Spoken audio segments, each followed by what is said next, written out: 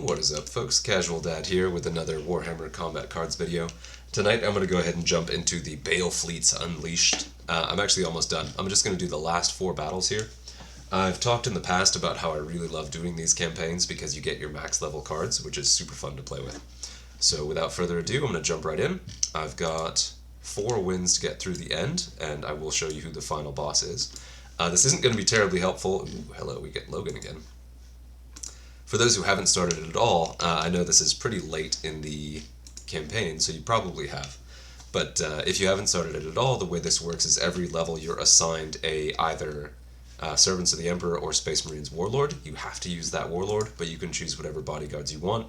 You get a few more deck points than usual, and your cards are all max level. So for Logan's a little tricky for me because I always want to make him just this utter powerhouse. But it's easy to spend too many points very quickly because he himself is quite expensive. See right there, I'm already down to 25. Who do we take out? Those two are so good. Yeah, he's real good. So we're going to keep those 2 in there, but I'm going to dumb it down a bit for the rest. The modifier on this is that Big Game Hunter. Not Big Game Hunter, I forget what it's called. Priority Target Acquired thing where the toughest card on the table on each side, when killed, will give all of your deployed cards, let's throw that guy in there, a stats bonus equal to its stats. And we'll take another look at that modifier in detail in a second. With Logan, the thing again about his ability is whenever he does a melee attack, if the melee damage is more than enough to kill the opposing card, overflow damage is done to an adjacent card, which is fantastic. But it can be a little bit tougher to build around. The good news is that with everything being at max level, you really can't go wrong with this stuff. Alright, so that's 18, 17. What do I have at 20 and 21? Yeah, you know what? We'll throw Corbulo in there instead here. There we go. That's not even his name. It's Delesio. Sorry. Corbulo is the famous one from the Codex. So I'm just messing around here. Logan was my toughest matchup earlier in the campaign because I'm not honestly sure why I got beat up. We'll just take a look at this and see how it goes and run from there. Now I've got 2 more matches with the random warlord that's assigned to me, and then I believe the last 2 matches I'm going to get to pick. But I haven't gotten there yet, so I don't know. And so one thing you want to watch out in this particular campaign with this modifier is you want to be careful about deploying your most expensive cards. You want to keep something in the back. He's 48. He's 53. I already made a mistake. So you don't want to lose your most expensive card, and you don't want to deploy it early. What you want to do is to deploy your second most expensive card early, let it take some damage and get wounds, and then when it starts getting weak to the point where it's almost going to die, you deploy your most expensive card, so the opposing board never gets the bonus. So they never get the priority threat. And so this is going to change. That plus stat is going to change based on the stats of the card itself. The more expensive and more powerful, the more the bonus. So it was 25 for me if I kill that guy. It's 42 for them if they kill Mephiston. And the downside of playing games where your cards are all max, campaigns where your cards are all max, is the opposing cards are all max as well, which makes these shield guys real sticky. Also, he's doing non-melee attacks and has good old Lucius over here doing that melee debuff, which is a bit of a bummer, so I'm just going to have to start hitting him. Pardon me for the cold, I'm going to be drinking a little more than usual to get through it. Now here, I dropped the Medicae. I have a taunt in the deck, so I'm not super worried about losing Mephiston, but I still need to be careful. I don't know what's in that deck, and they could have a target acquired or something particularly nasty in there. This is awesome. Logan really, really loves weak cards on the table because you can hit them and then do the most overflow damage possible. The taunt card is less good, but I think I still got him, and that should, yeah, okay. Oof, man. Lucius at max level is just a wall of meat, especially for 24 points. He's really, really good. And this guy, too, is an awesome value in terms of attack stats. It's hard to tell because he's under fear right now, but in terms of attack stats and shields. Let's do this for a little bit, see what that drop is. I'm going to hit it really hard. Oh yeah, okay. Because of Mephiston's hit here is going to be an overflow. Ah, he got me. Now that's an unfortunate thing though, because in Logan decks there are times where it's actually a better idea to have all melee, because that way you can't have a case like that where they do kind of an off-brand attack for you, and it kills a wounded card that you were about to take out with a really good melee hit. So I had a really great shot there lined up, and then he completely negated it by making Mephiston kill the wounded card with Psychic instead of melee. So whoops. And this is the point where I definitely want to drop my more expensive card, because Mephiston is getting closer to dead. Let's go ahead and... Ooh, this is tricky. Let's go ahead and do this first. I will save the target acquired for now. And this guy drops for 120 damage, I think, when he did 160. So that's going to do crazy damage, and then I get to attack. So I may take him out without the target acquired. Yeah, I will. Awesome. Boop. And that's just a giant bump to attack stats. If you haven't played... Now, Aztarath is a really rare card. I got him for getting top 6% in a ladder season a while ago. Very hard to get, but if you do have him, he does so much damage. The downside is it really only starts showing up at later level, so he doesn't work very well at all at level 1, which mine is right now, but then quickly builds up steam to be really, really scary. And just is absolutely incredible in your Space Marine melee decks. It's probably going to kill the target acquired guy, yeah, okay. But a bunch of damage there, and then that death blow does... Death blow uses the attack stats that they have, so watch out for that, but also you can use it if you have cards on the table that are getting a bunch of that bonus damage, then they explode for significant damage. Alright, so I got 3 more wins. I'm going to try to do these fairly quickly, so apologies if I don't do too much commentary. Cannon ass, yikes. And with these, I'm always going to the bottom and starting with the expensive ones. I am still racking up some points for... Well, I think I'm done. I think I got the free card, so I don't have to worry too much if they trigger the bonus or not. Yeah, he's super good. You want a little big game hunter, you want a little... You do still want target acquired. And I gotta make sure that... This is funny. I was just kind of poo-pooing the... He's got melee. I was just kind of poo-pooing the current card in the store as a Deathwatch card who happens to have target acquired, but this is Servants of the Emperor, so it wouldn't matter anyway. I'm going to throw these guys in there. They do range, not melee, which is not great, but that's okay. This guy's super good. Throw a little cheap taunt in there. And then we still have 46 points, which is awesome. Let's stick something big in there. I don't even know if I have anything. Ooh, let's put you in here and downgrade something.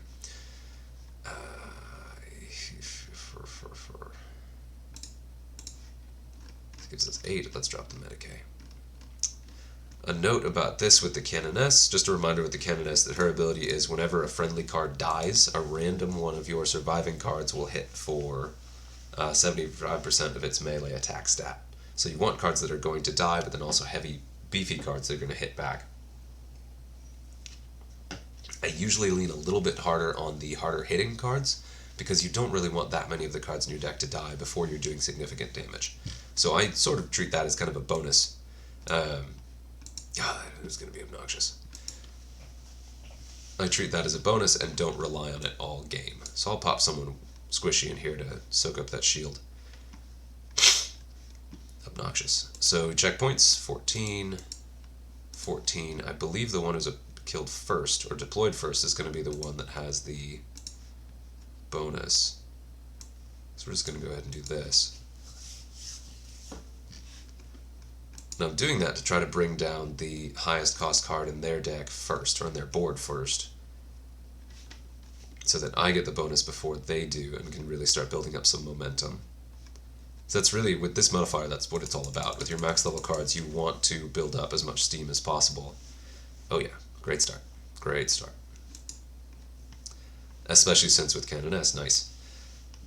Some of your best cards are ones that you expect to die, because that's sort of the point of the deck. So you really want to stagger those. And I already kind of made a mistake by playing her first. She's 45, he is 40. Good chance that he's going to be the most expensive card on the board this time, so we'll go ahead and roll with it. And we we were right. Sweet. Okay. That is awesome. That helps kind of keep up that momentum. The more cards you have on the board who survive multiple waves of killing these guys, the better. Oof, yikes. So, bummer. So Celestine got that bonus, which is great, but she's the only one that got the bonus. Good news, though, is that this guy is going to get the bonus next, and she's going to hit him real hard. But let's go ahead and kind of see if we can finish that off. And now to keep Celestine alive a little longer, I'm going to drop the taunt. And this will be the third card that I'll get this bonus from. All the cards I've killed so far have been pretty squishy, so they haven't done huge bonuses to attack stats, but it does add up. Man, that is a big deck. Still has 5 cards left in there, and I only have 3. Oof. You may see me lose this one just through sheer attrition, but I don't know. I'm not doing too badly yet.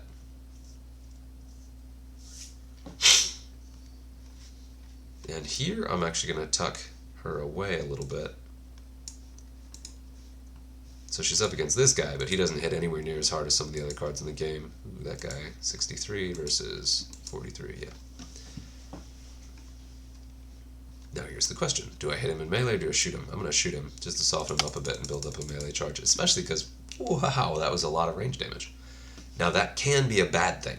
So I've got the priority target on him, but chances are the next cards dropped are going to include something more than, yeah, there it is. Going to include things that are higher points and harder to kill. So that is always a challenge. You kind of want to stagger that. Ooh, yikes. Yikes, that is... Well, the great thing about that is I'm going to lose a lot of cards, which means I'm going to punch back a lot. Nice, okay. Double hitting that is great, because then I'm going to hit him again. Excellent. And then we can do this. I think Celestine... No, and that's the bummer about Celestine too. She has that endless, but the version of Celestine on the board now was not on the table when I got those priority targets before. The good news, though, is I think when Skulltaker pops in, he's going to pop this guy, which should kill both of these two on the wings and trigger a bonus attack, which is great. And also killing that priority target up there beefed up this the attack stats on these guys significantly. Boom, there we go. Alright, so I didn't lose.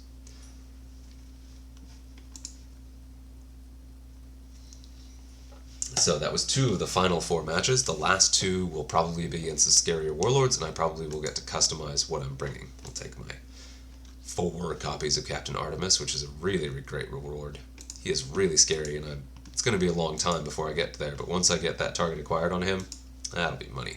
Okay, so it's still picking Voldus. This is fun. I'm going to cheese this a bit. I still have 4 strikes, not on the final match, so what I'm going to do is I'm going to run a Grey Knights deck. So the first one you always want is the Inspire one. Just because I like to try thematic decks, and I always like to see what these things look like at max level. And these guys, they've mostly got Brotherhood of Psychers, they've got decent stats, they're all strong Psychers, lets you get a more or less full deck that really does nicely use Voldus' ability, where every card deployed gives all cards on the board a flat buff to their Psychic stats. Alright, it's not going to be all Grey Knights, because I don't think you can do... Well, what do we got on the expensive range? Ooh, not quite. I do really like using one of these guys in there, but we're probably going to mix it up a little bit. So 53 is exactly enough for...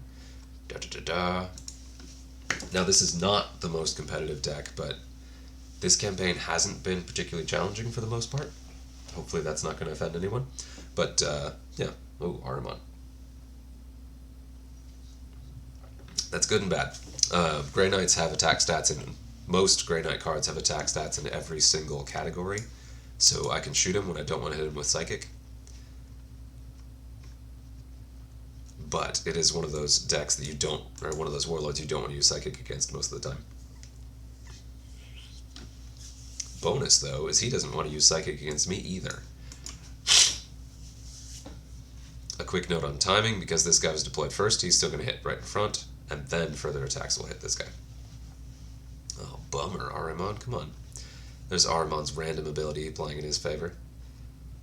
And so there he did melee instead of psychic because I out-psychic him by a significant margin, so he doesn't want to do that. We're going to go ahead and do this, which will give a flat psychic buff to everything on the board and the Medicae to heal them up. Very nice. And now I will comfortably kill this guy in the middle. Whoa, that was a lot more... that was a lot harder hitting than I expected. There's your max level. Wow, Crow, good God, buddy, okay. And that's before any priority targets eliminated, too. And that's like I was saying, that's why I like to run this, because I'm surprised by some of these card stats, because I've never seen a lot of these cards at max level. You don't see them in the ladder very much. You don't play with them because you don't have them. They are very frightening. This is off to a terrific start. I've lost only my weakest card, and these guys are throwing absolute fireballs. And because it's a weird campaign deck, this is a very Zinchi Ahriman, but not a very psychic one. If he was a hardcore pure psychic one, this would be significantly more challenging. I think. I don't know. Maybe not.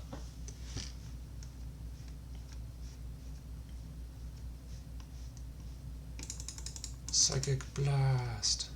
No, it's going to take a while to take out this Clinker Fiend, so I'm kind of hoping that a more expensive card is deployed in the middle here.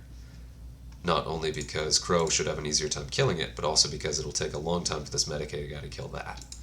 That's not really what I wanted, and also is not more expensive. Alright, I guess we have to deal with the Clinker Fiend. It is a little funny to see the AI play against this, because you can see its decision-making gets worse as your cards get that priority target bonus, or priority threat attack bonus. Because it just becomes completely overwhelming fairly quickly, and they'll still do the attacks that make the most sense based on your base stats. Ooh, gross. So, got my wish. Be careful what you wish for. That guy is more expensive than Clinker Fiend. But now I'll be able to deal with Clinker Fiend, so... good news, though, is I still haven't lost Crow, which is great, because that lets me slot in old Scary over here. Oh, I'm so sorry about the cold. I probably sound terrible. Anyway. So he has not gotten any of the bonus for that priority threat. And I have, which is great, and I can also just shoot this guy, because his range damage is not very good. And notice that when you play a more expensive card, your priority threat moves, so losing Crow won't be quite as crushing as it would have been otherwise, because they won't get a significant stat bonus for it. Ooh, that's a dirty move, buddy. I am still concerned about what that last card is going to be. So let's see, 80.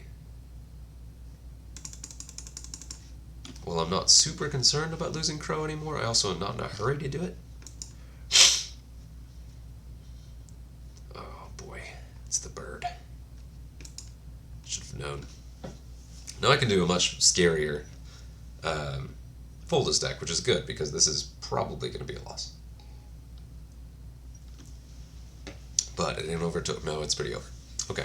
Unless Voldus at max level can take down Ahriman at max level by himself, which is pretty unlikely. We're going to have to take another crack at that. And this is very, very scary. With that full Brotherhood of Psykers bonus and his attack on drop, he just nailed me. Oh, it's still not... It's not the craziest thing. I'm not that far away, but... yeah. Alright, let's try that again. So, I'm going to try something memey. I may end up spending some plasma here to recharge, but I'm going to try the deck that I really, really like with Voldus. And this is another thing that I actually run now, but I love to run it with max level cards because it just gets completely insane. And the problem with Grey Knights is they're all fairly expensive, so you can't really stagger your points very much, and you end up with a very spread out deck, and none of them are that frightening. They're good, but they're not, you know, it's not like a 70-point card and then a bunch of 10-point cards, which I'm about to do here. So I'm going to focus on Medicae, the deck that's in every Space Marine card ever. I'm going to go ahead and throw him in here just to do it. And then we'll throw the cheap taunt, the other Medicae, and see how many points we've got. Ooh, that's... the points don't work out great on that. Be 17. Just doing a little math here, trying to figure out what I can drop out. If I drop this guy, I get another taunt. I still have 2 Medicae, that's fine. There. That'll keep my heavy hitters alive, and hopefully you'll get to see this get silly as it can. No surprise, in the campaigns, especially the top level ones, you can see that Voldus is very powerful, but he's probably not... I don't mean this. I was going to say he's probably not the most powerful Space Marine Warlord, but more to the point, he has bad matchups. Which every Warlord does, but it's especially pronounced with this guy. Now I'm trying to remember what was in here. Okay, yeah. So the next card's going to be pretty expensive. Ah, bummer. Who's the most powerful here? We got 14, 12, 17. Perfect. It's a waste of him, but let's go ahead and ramp this up quickly. It's probably going to shoot me? Yeah.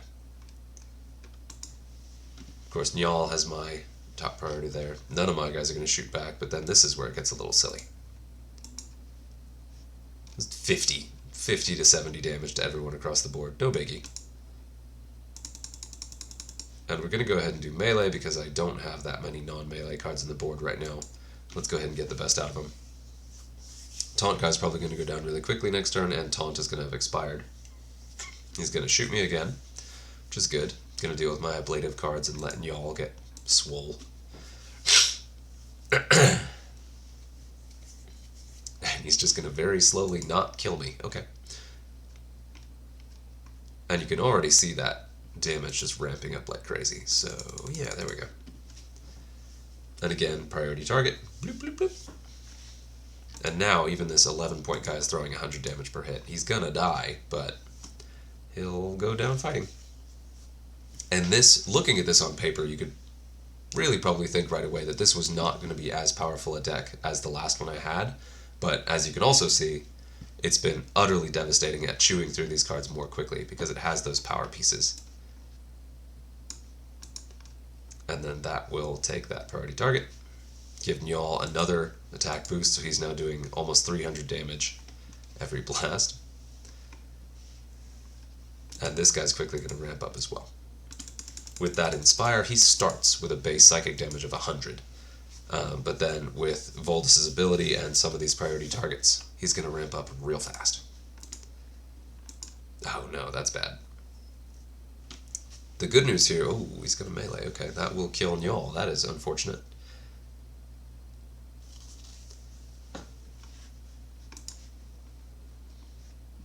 And I also know a little bit about what's coming, and that is unfortunate too.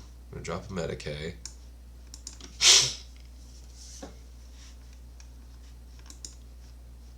And I'm glad I still have the Medicaes. This guy is not... he doesn't start quite as frightening as Njal did. But he's still quite respectable.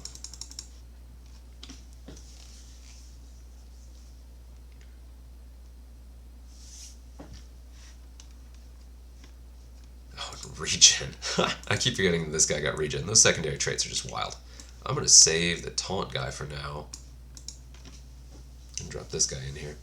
Let's see what he throws at me this time.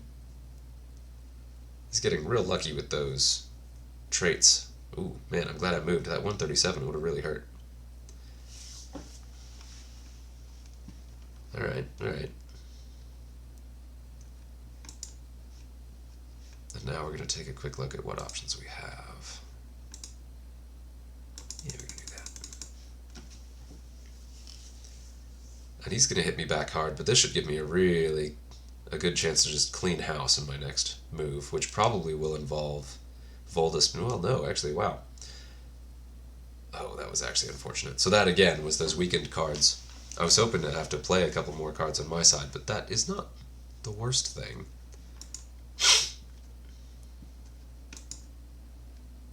This is tricky, though, because I do kind of want these cards to die so I can play something to keep my others alive.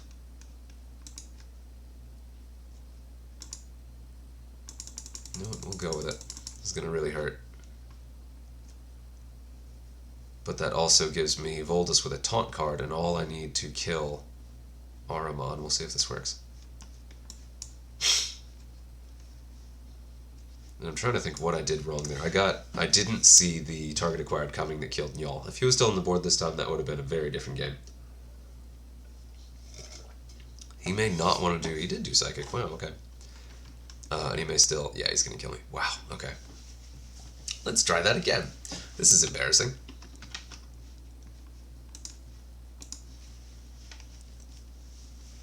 But, so it's not just about your deck build, it also has to do with... Oof, man. It also has to do with your play order and what things drop. And the worst thing in this particular matchup is that target acquired. If the target acquired hits one of your power cards, that's bad.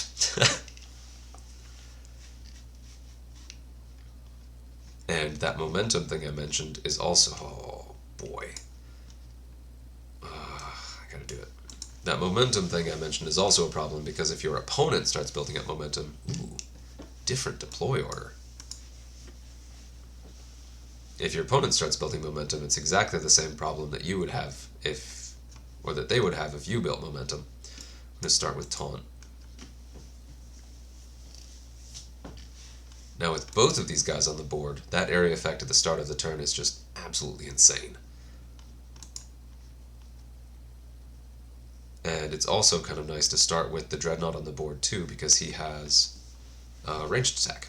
So he can clear shields and soften things up before doing these psychic attacks. But of course the real beauty is those psychic attacks. And even debuffed, look at how much damage they're doing already. And that's after I've only played one card in between to give them the buff. And he's going to shoot me again, and I'll shoot him right back, and then we have Clinker Fiend again. But here's where I need to get really concerned, because the next card I kill is probably going to drop the taunt, or the target acquired card, and I don't want to lose either of these guys. So, let's see how this goes. So that's where I have kind of difficult decisions to make. If I do Psychic, that will get my middle guy killed without killing his middle guy, which is good. So he'll have two places to deploy, and I'll have two places to kind of dodge my stuff. So hopefully he plays the target acquired first so I can see where it is and avoid it. So that told me where it is not. Ooh, it's still in there. Okay, that's bad. The good news is I'm making really aggressive progress here. Both my power psychers are building up really fast. The bad news is I still don't know when that's going to drop, that target acquired, and I really do not want to have it on one of the guys I don't want to lose. I should be able to do a decent board wipe here, but that also makes it more likely that he'll be able to put that card pretty much anywhere. So hopefully the AI deploys that target acquired card stupid.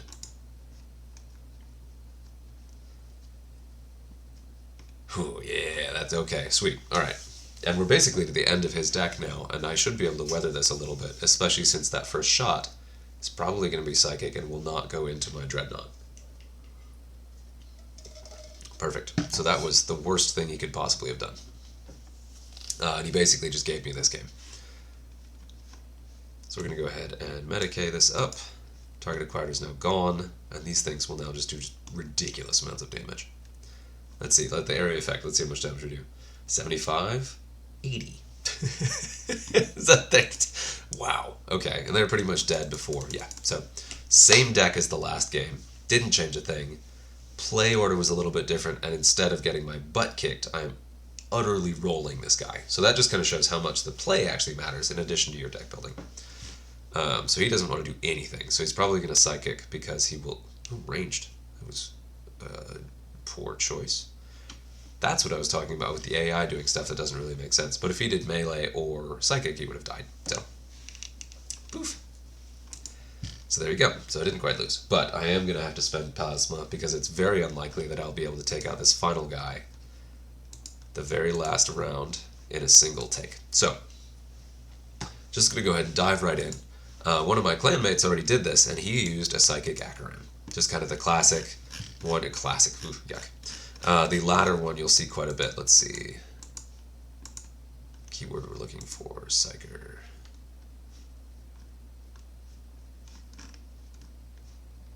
Nah, we're just gonna have to scroll through. I know kind of where they are. Let's see. So we need Tigurius because he's a dirty cheater. We need him. I actually really like Rock Fist in these decks, and then let's see what else we got. You want to do a fair amount of Fear. I do want those target acquired cards, so I'll throw both of those in here. Space Marines are kind of lucky in that they're one of the few factions that has multiple melee target acquired cards, which is quite scary. I'm going to throw this guy in here because Scarbrand has a supercharged version of the... and then 5 points to round it out. Supercharged version of Skulltaker's ability, where he'll just finish off dead cards, which is really good against Acheron, so I'm actually a little surprised that this worked as well as it did. Now I play against Psychic Acheron quite a bit, but not max level, and I don't play as it very often, so you may see me make some missteps here, but we'll see how it goes. Go ahead and lead with you, and hope. So I'm going to go ahead and gamble, and say that... well, actually I'll get to see it. Because the first deployed one, so he's 14, cool. So this guy on the left, the first deployed one will remain the one that actually gets the priority target, I believe, unless I have that backwards. Yes.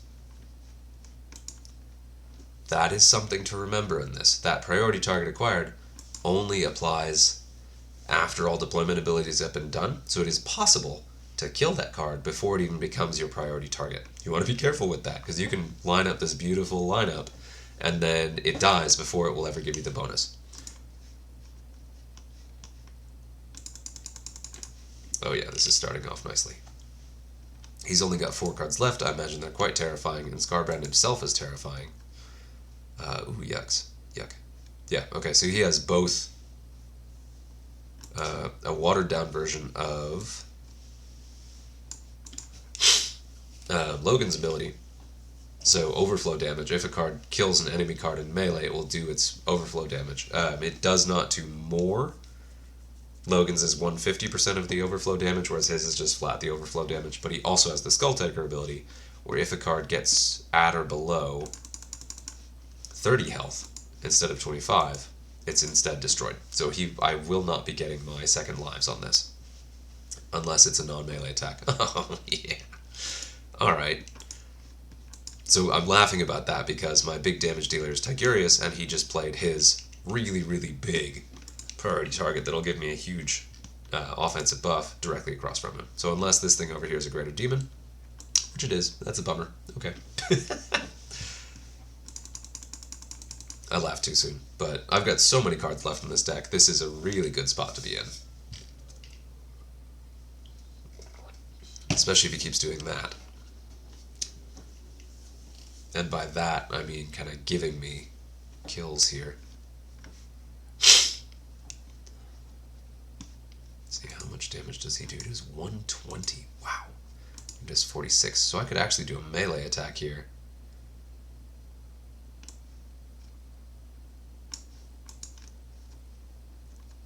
Let me check it. Ooh, yuck. So he's actually dealing damage already. So if I do melee... Tigurius could actually kill Karn in melee. That's funny. Now, I'm doing some quick math here. So if I do melee attack, he's going to promptly kill Arjak and get the attack bonus, which I don't know if I can prevent that, but at least it'll happen on his turn and not mine. Because if it happens on my turn, he will immediately hit me back with the full force of that terrible, terrible hit. And I don't want that. Oh, good. Look at that. Wow, that's so many hit points. Alright, so the real trouble is actually dealing with Scarbrand himself. Now, ideally, I want to kill... I still have 4 cards in my deck. I know what they are. This will basically kill that. Okay, so just running through that again. Ideally, I want to kill that Bloodthirster while I still have some power cards on the board. So that... nasty. Oof, man, that ability. Brutal. So that'll build up some attack bonus and actually be able to kill this guy before he kills me. And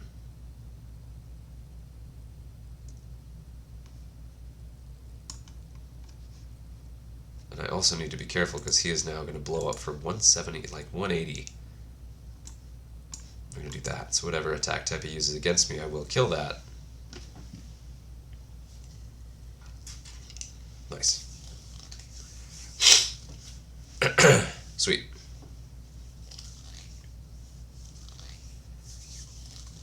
So that was okay. And now we'll see if Akaran himself can stand up to a couple hits from that guy. 221 damage. Yuck. Okay. I get 1, maybe 2 turns to kill this guy. Tigurius is swinging real hard. Plus the Inspire from y'all. I should have this. Fingers crossed, let's see the amount. 430, that'll do it. Sweet, first try, look at that. Alright, so Psychic Akaran does the trick. And I managed to do that without resetting any plasma. Cool. And that was it. I just wanted to show this off. I know it's fairly late in the campaign. There's not a ton of time left to finish this, so I don't know how useful this is going to be. But I did want to go ahead and record it because there is going to be a part 2. Oh, no, there's a full day. Sweet. Alright, cool. So that is one way to do it. So I'm going to post this. Good luck. And please, of course, let me know if you have any questions.